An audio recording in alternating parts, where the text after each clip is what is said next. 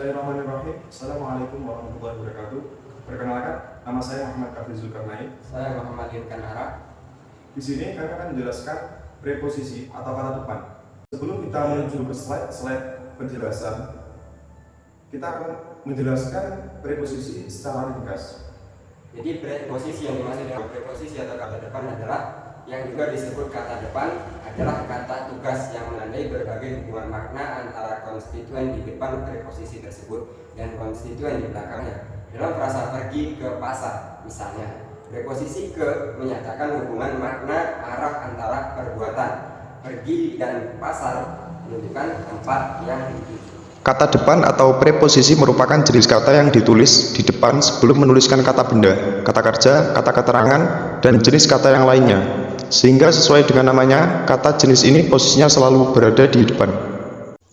Preposisi dalam bahasa Latin berarti pre yang berarti sebelum dan ponere yang menempatkan tempat, atau kata depan adalah kata yang merangkaikan kata-kata atau bagian kalimat dan biasanya diikuti oleh nomina atau pronomina. Dari sekilas penjelasan preposisi atau kata depan, di slide berikutnya kami akan menjelaskan preposisi atau kata depan dengan lebih rinci lagi.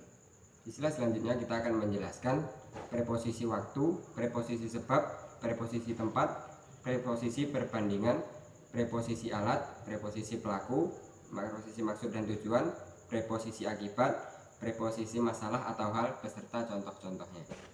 Preposisi waktu adalah kata depan untuk menunjukkan keterangan waktu. Contoh preposisi waktu dengan kata hingga dalam kalimat adalah: saya mencari warung kopi hingga larut malam. Preposisi asal, yaitu preposisi yang berhubungan dengan pergerakan atau yang kemudian kata depan membantu menjelaskan asal. Contoh preposisi asal dalam sebuah kalimat adalah: tukang kopi itu berjalan dari arah utara ke arah barat. preposisi maksud dan tujuan adalah untuk menyatakan suatu tujuan sehingga bisa ditambahkan pada kalimat yang tujuannya untuk menjelaskan sesuatu tujuan. Contohnya, Bubuk kopi itu harus terus diaduk guna membuatnya semakin nikmat. preposisi pelaku.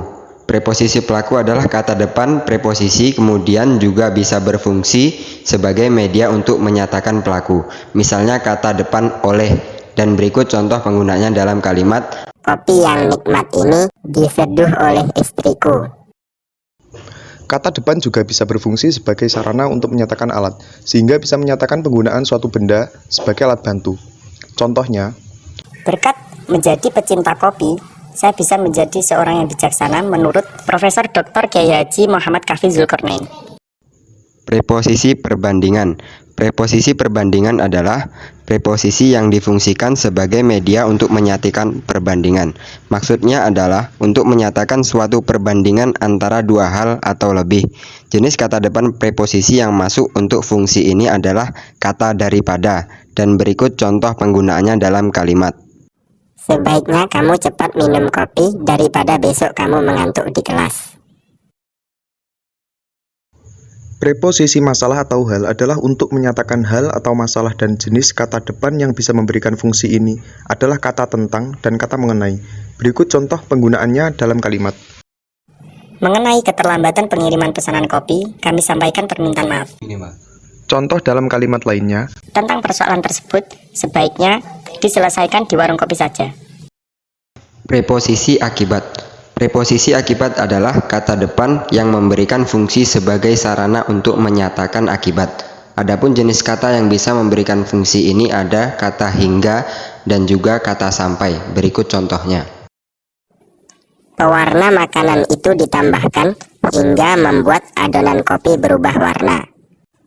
Dokter tidak memperbolehkan Ilham untuk meminum kopi sampai membuatnya stres. preposisi tempat adalah kata depan tertentu yang bisa berfungsi sebagai media untuk menyatakan arah asal, sehingga berhubungan dengan pergerakan, yang kemudian kata depan membantu menjelaskan asal pergerakan tersebut dari mana. Jenis kata yang bisa memberikan fungsi ini adalah dari. Berikut contohnya: Kaffi mengambil kopi dari kantin kampus. Contoh lainnya dari kata di adalah sebagai berikut: Kami membahas semua persoalan cinta di warung kopi. Adapun contoh lain dari kata dari adalah sebagai berikut. Biji kopi ini diambil dari pegunungan Himalaya.